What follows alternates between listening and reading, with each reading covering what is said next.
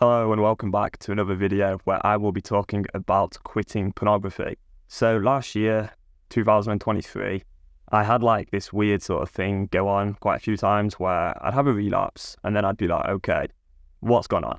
And I'd kind of analyze it a little bit. I'd be like, okay, well, I've not meditated for a bit. I've not exercised. Maybe I've not seen so many friends. I've not journaled. Whatever it is, I'd like write it down and I'd learn from that. I'd see it as an opportunity to grow and develop myself further, and then I just move on and improve my system. Now, all of that sounds really rational, really clever. Okay, that's great. Let's just do that, keep on improving, and eventually I'll get to a point where I've identified all of my triggers and I've implemented a really good system and process, and I'm clean from pornography for good. That's probably the advice that I've been talking about for the last year or two. All of that is bullshit. So, like, honestly, it was just the addicted part of my brain rationalizing and making excuses up for having setbacks.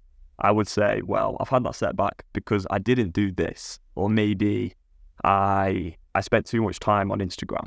Okay, lesson learned, let's move on. But that's just not true, because the only reason I was ever having those setbacks is because an addicted part of my brain craves porn, and at that point in time I hadn't actually figured out how to change the neural pathways which were addicted. I didn't have an efficient, effective way of dealing with cravings. That's the only reason I ever had any of those setbacks. It wasn't to do with what I wasn't doing. They were just rationalizations. And the addicted mind is incredibly intelligent. It's just as clever as your rational mind, maybe even smarter, because all of this is going on in the subconscious. And when I've kind of like realized recently like what was actually going on, I discovered something really interesting. Because my value system, what I really care about is self-development and growing. And what the addicted part of my mind had started to do is use that as fuel, as ammunition to get me to have a setback.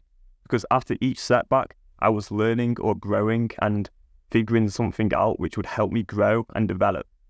But was I really? Did I really need to touch my own penis and have a setback, have a relapse, to discover that going on Instagram for a few hours isn't a good thing to do?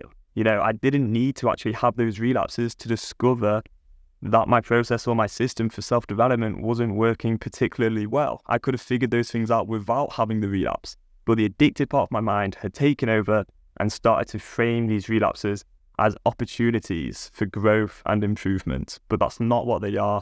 All they do, all the relapse will ever do, is strengthen the neural pathways which keep you addicted and looking at porn over and over and over. And so many times over the last few months, the last few years, in fact, I have gone on these streaks where I have been without porn, without masturbation for months and months and months. And then I've had a setback again. And I'd see it as an opportunity. And then I just have these ups and these downs over and over. And I'm sick of that.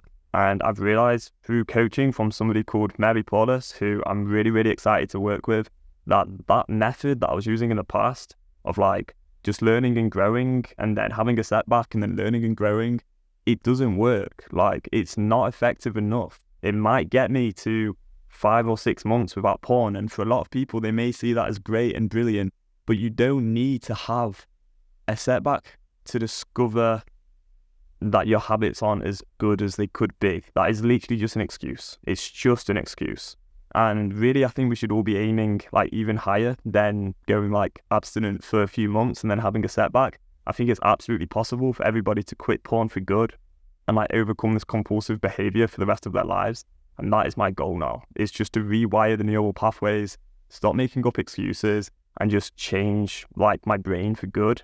Because neuroplasticity is like an amazing thing, and that means that I literally could go the rest of my life without looking at porn if I actually genuinely like process my emotions when I have cravings and overcome like the urges in proper ways. The only way to overcome this problem is by processing urges, processing the cravings, and doing that over and over and over until the neural pathways change.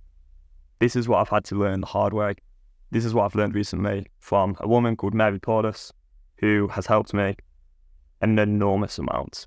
And if you want more help from myself in terms of the self-development side of things, the coaching, the improving your habits, and you also want help from Mary to change your neural pathways and overcome addiction to pornography, then go and sign up to our free training. The link will be in the description, and you can access some free support from us, and hopefully it will help you a lot. So thanks a lot for watching this video, and I wish you all the best for 2024.